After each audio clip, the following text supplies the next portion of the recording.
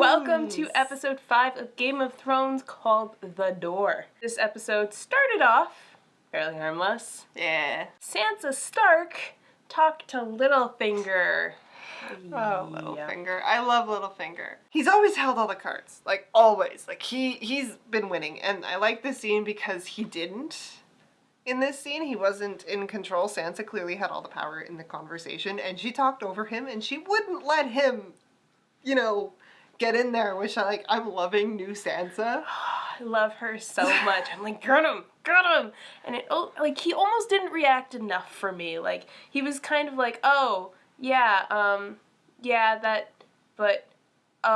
guess my plans are screwed up. And I just want a scene where he's just like, fuck, guys.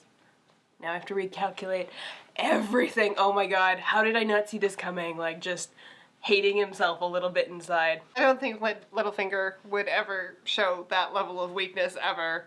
Well, he doesn't have to show it to another character, but, you can have him, taking out his frustrations on other people and they have no idea why, but it's because he fucked up. Sansa just was basically like, you left me there, you let this happen to me. Did you know? Because if you knew, you're my enemy, but if you didn't know, what the hell? You're just stupid. What the hell? I thought this is your thing. You know everyone's secrets. Like, how hard is this? I mean, he did get that one last barb in at the end where he's like, oh, you can't trust Jon.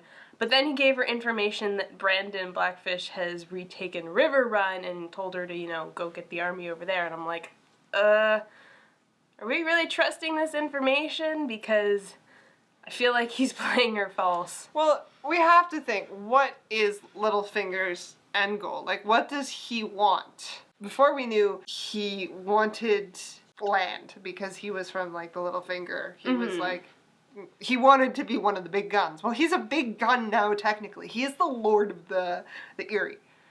Okay, so what are you doing? Do you want, everywhere now? Is that the thing? Do you want the Iron Throne? Because I figured you didn't. Having more land wasn't his end goal, though. Because what is he gonna do with it? He's not a farmer. He's not, And I mean, clearly he didn't want Sansa, because he was willing to marry her off to, further his goals. And it's not he wants respect, and he could get it with lands, I guess, but he technically has respect. Is he looking to try and cover his ass when the Lannisters finally realize he screwed them over? I don't think so. I think at this point he doesn't even care about the Lannisters anymore because he's like, I'm up here in the north doing my thing and they're down there and they're fighting amongst each other and they're never going to come for me because there's too much going on in their little I feel like they've forgotten completely that he exists. They have not mentioned him once in a very long time. We see a nice little planning sequence with all of our friends in the north trying to figure out what they're going to do and which houses they should get. And, Sansa and Jon are pretty much dominating the conversation. And Davos is being like, I don't know the men of the north, but I know men. I'm just like, good, you stay. I like you. And there was that wonderful little sequence with Sansa and Brienne. And Sansa's like, okay, you need to go to River Run. She's like, listen, I don't want to leave you alone. And Sansa's like, you're not leaving me alone. You're leaving me with Jon. She's like, he's okay. He's a little broody. A little. And she breaks down everyone in the group. She's like, I don't trust the Red Woman or Davos because they were with Stannis and they let Stannis do all these awful things. And then when Stannis died, he died alone because they were already looking for somebody else to follow. And that wildling guy, I don't trust him. And almost the next scene is just him staring intently at her. I love it so much because he, the way he's flirting is just the best because he's just like, hey.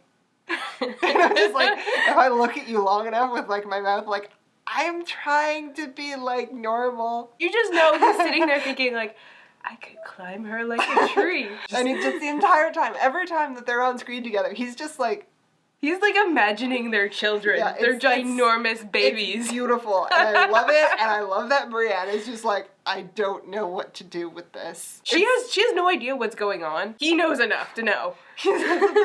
I have found my soulmate. It's just now how do I convince her she's my soulmate? And it's so cute. I love all the pictures that are online right now. It's good. It's great. My favorite is someone photoshopped Tormund and Brienne, and Tormund is on, like, you know, the waif, like, romantic female lead, and Brienne's face is on the big man, like, holding her up. It's beautiful. I love it. Jorah finally told Daenerys the situation, and told her, like, full out said, I love you. And Daenerys is just like, and Dario's just like, shit, I cannot beat this. I'm not getting anything tonight. And so Daenerys is like, I can't send you away and I can't make you stay. And then he's like, okay, well. Okay. And she's like, wait, come back! Did I tell you could leave? And she's like, I command you to find a cure. And he's just like, well, if she wants me to do it, I can totally do it. I'm gonna find the cure!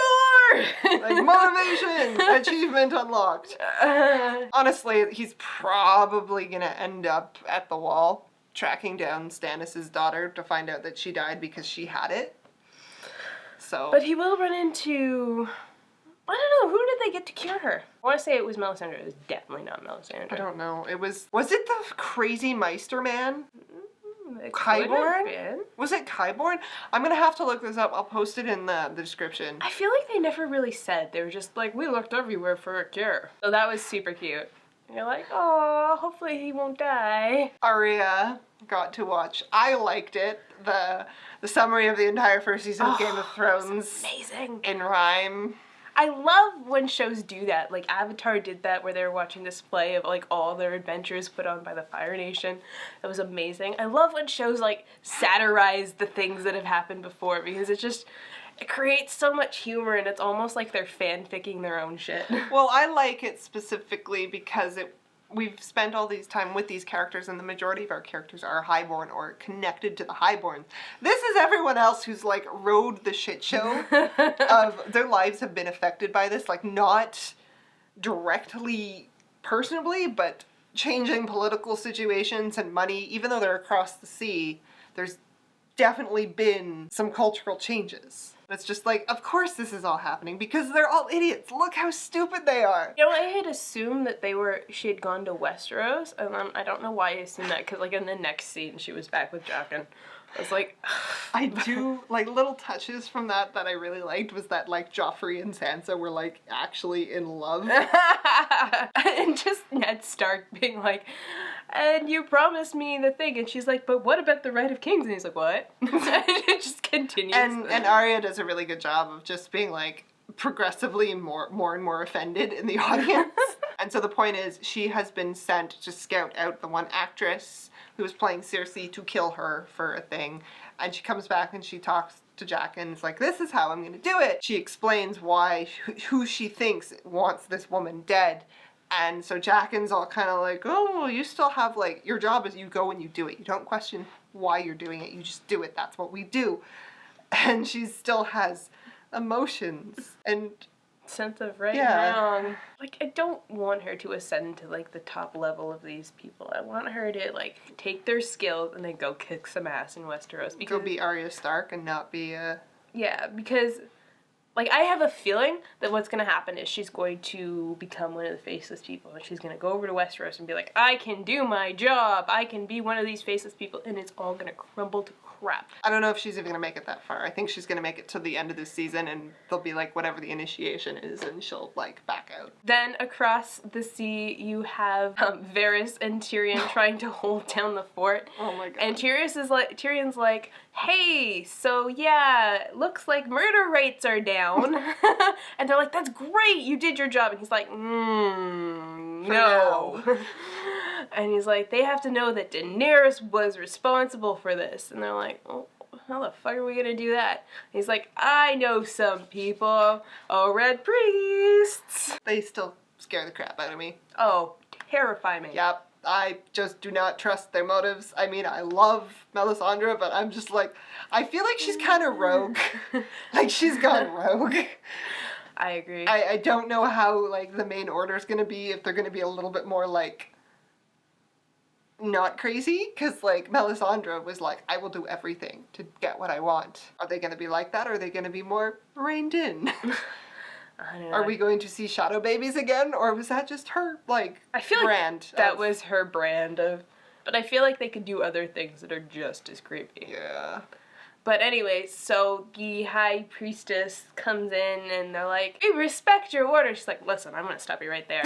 I will do whatever I can for Daenerys because she is clearly the one who we've been waiting for." Tyrion is like, "Great!" And Varys is like, "Wait." And this was also good because in one episode we get to see Littlefinger and Varys, the two characters who hold all the cards and all the strings and everything, completely out of their comfort zone because she just like wrecks him.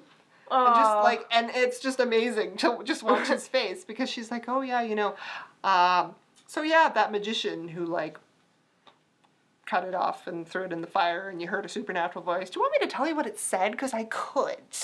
I'm so glad that he totally called her out on their shit because he's like, "Listen, you ran around yelling, 'Stannis is the one who was promised,' and look what happened to him. And now you're like, 'Oh, but it was the Lord's will, and Daenerys is actually the one who was promised,' and you... What is your deal? How can you justify making so many stupid mistakes and causing so much trouble?" Her response was the best. She's like, "Human. Mistakes are human." And I'm just like, yes! Mistakes are human, but the Lord willed them all. I have heard this argument so many times in my medieval studies. Boom. Alright. Then there was the great, great, wonderful scene with the Iron Island where, oh, Yara. Oh, honey, you were so close.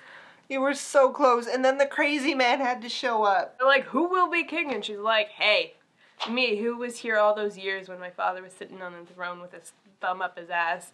It was raiding and I'm gonna make us great and blah, blah, blah, Build blah, us blah." a fleet And they're like, "You're a woman. We have Theon. He's back." And Theon's like, "My name is Theon and I am I son approve of this message." Freaking crazy brother shows up and he's crazy and he's just like, "No, well, you know what? I'm gonna build you the fleet because while you were here, I was out there. I learned things. Also, I have a penis so I can fuck Daenerys Targaryen." That is the plan. I'm gonna marry her. Boom. And Mic drop. I have to say, my favorite Greyjoy brother is the priest guy. Every time he's on screen, I'm looking at him for some reason. I don't know. I think it's the costuming and just how he looks like a piece of driftwood. And the color of his robes, I just find him visually fascinating. It reminds me of Zed. Yeah, that I'm like, is that fucking Zedekiah Zulzerander? Go watch Legend of the Seeker. My favorite priest, I love him, does the initiation for like or coronation. I wouldn't really classify that as a coronation because you're not guaranteed the throne because they drown you. It was good though because they cut this cleverly because they're like cutting Yara and Theon and a bunch of their people running down to the water and getting in boats and like they're leaving. I had no idea it was them. I was just kind of tuned out through that scene. I was like, "Oh, somebody's running." Meanwhile, they're drowning. They're drowning. Whatever his name. I don't care. The asshole that like they're drowning him, and then they drag him out of the water, and the thing is over, and they're just kind of like,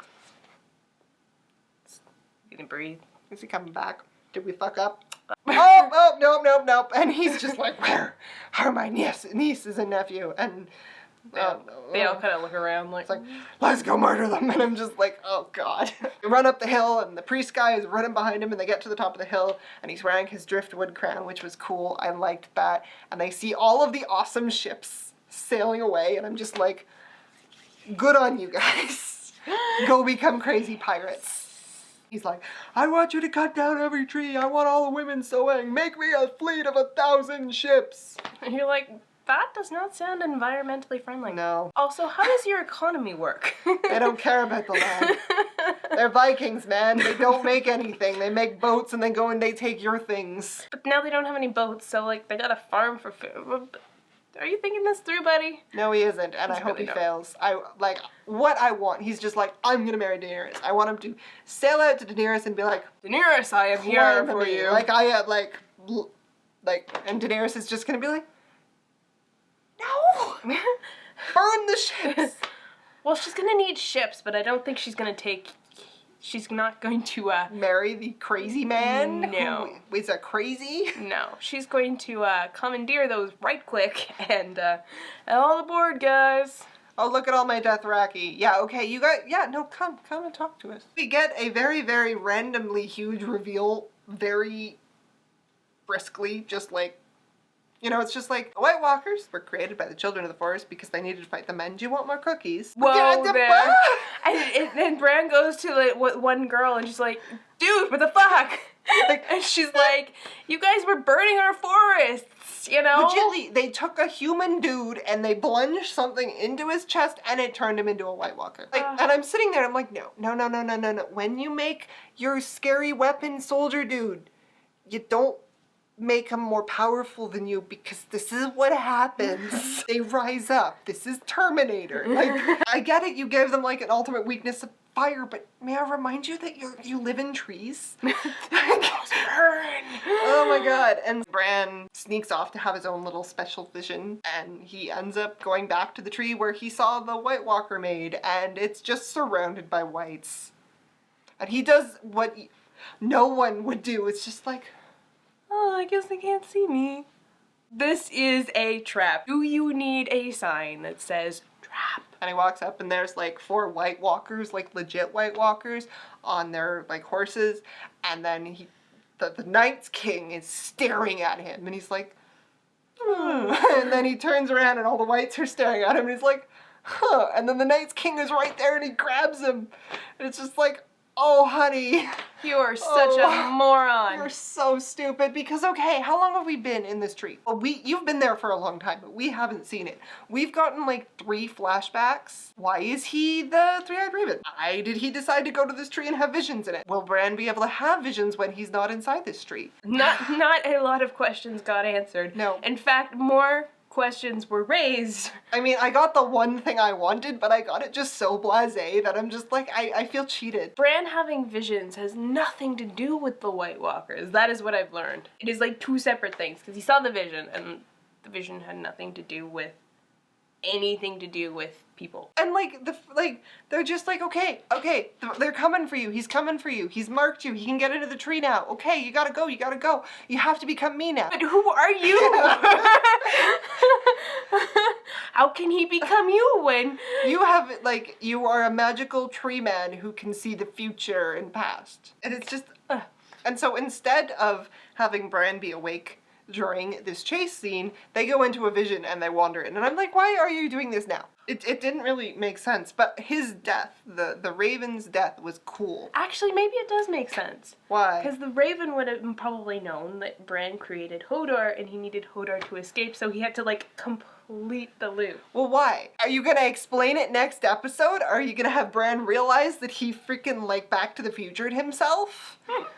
And then he's gonna be like, oh my god, I can go talk to my dad and this whole thing is gonna happen because he freaking went back and almost slept with his mother. Time travel! You don't mess around with time travel because then and this is all you become your own grandfather. This is all the Three-Eyed Raven's fault though. Let's be real here.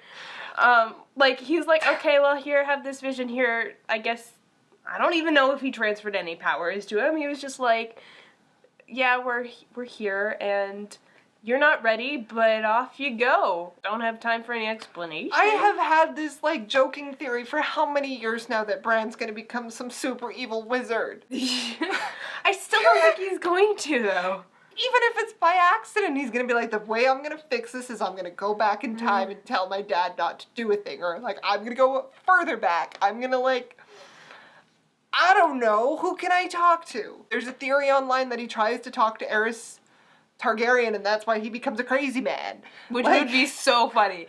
And I would laugh so hard. Be like, you're a fucking moron. There's another theory that Bran is every Bran in the Stark family tree. Which would be freaking hilarious. Which means he's everyone's grandfather. I mean, if you warg into someone in the past, is it still incest? No. These are the important questions. But there is an amazingly awesome sequence of the White Walkers and their whites getting into the tree, and I loved it because the whites moved like insects. It was it was creepy. It was creepy. So Mira is trying to drag Bran out of this tree, And the first one to go is the dire wolf. Oh my god, no, not Summer. And I'm just like, I actually yelled, I'm like, what is it with these people and wolves? How We have can you one not, left. How can you not keep these things We alive? have one left. 2 in 2 episodes. Guys, seriously. The children go. Yeah, the children of the forest sacrifice themselves to give them time to escape. And they're trying to get through this door, and Hodor uses his strength to break it down. And Bran is in the past looking at Hodor, and all of a sudden Hodor, like, collapses, and his eyes go white, like, when Bran wargs into him. And you hear Mira's voice from the present yelling, hold the door, hold the door. And, he starts screaming it as well and convulsing, and eventually hold the door becomes Hodor. And, so Hodor's standing with the door, and he's slowly getting, like, taken by the... Ripped apart, yeah. And Mira's running away with Bran. It was very sad. It was sad and also extremely confusing. We were both kind of like, the episode closed quietly, and we're like... Can Bran time travel and... Well, clearly he can time travel. Did he, like, time travel? And as he was time traveling when he was trying... Because he was in the past and he was controlling Hodor in the present. Was he also, like, did he get Hodor in the past, too? And because he was in and hearing all the things, Hodor heard all the things and went crazy. Kind of, like, accidentally pushed too hard. Yeah. But why would he be trying to mind control past Hodor? I don't know. Is it just because he had the one, he got the other, because he was in both places at once? These are the questions that need to be answered. Yeah, it's just... You're like, okay, this is cool. It is cool. But somebody needs to explain this to me like I'm a child. That was this episode. Tell us what you think happened at the end, because... I don't know. What do you think Bran is going to do, and how do you think he's going to fuck shit up? Evil wizard. Yeah. He's gonna, like, go to the Night King and, like, kill him and be like, there can be only one, or something ridiculous. I don't know. These are the things I think about in my spare time. Alright, so see you guys later.